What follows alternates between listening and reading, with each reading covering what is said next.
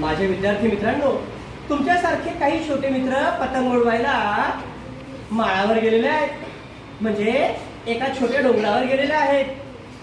पतंग रंगीत होते, दोरा सोबत होता. वेगवेगळ्या रंगाचे पतंग उडवायला मुलं गेले. तिथे मात्र गेल्यावर ते भान हरपले, स्वतःला विसरून गेले. का माहिती का? तिथे हिरवं हिरवं लुसलुशीत गवत होतं आणि गवतावर रंगीत फुले उगवलेली होती. आणि त्या रंगीत फुलांना बघून हे मुलं स्वतःला विसरले आणि पतंग उडवायचं सोडून फुलासोबत खेळायला लागले.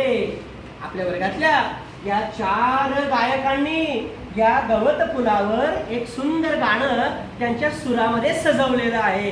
चला बरं ते गाणं ऐकूया. गवत फुला रे गवत फुला, रंग रंग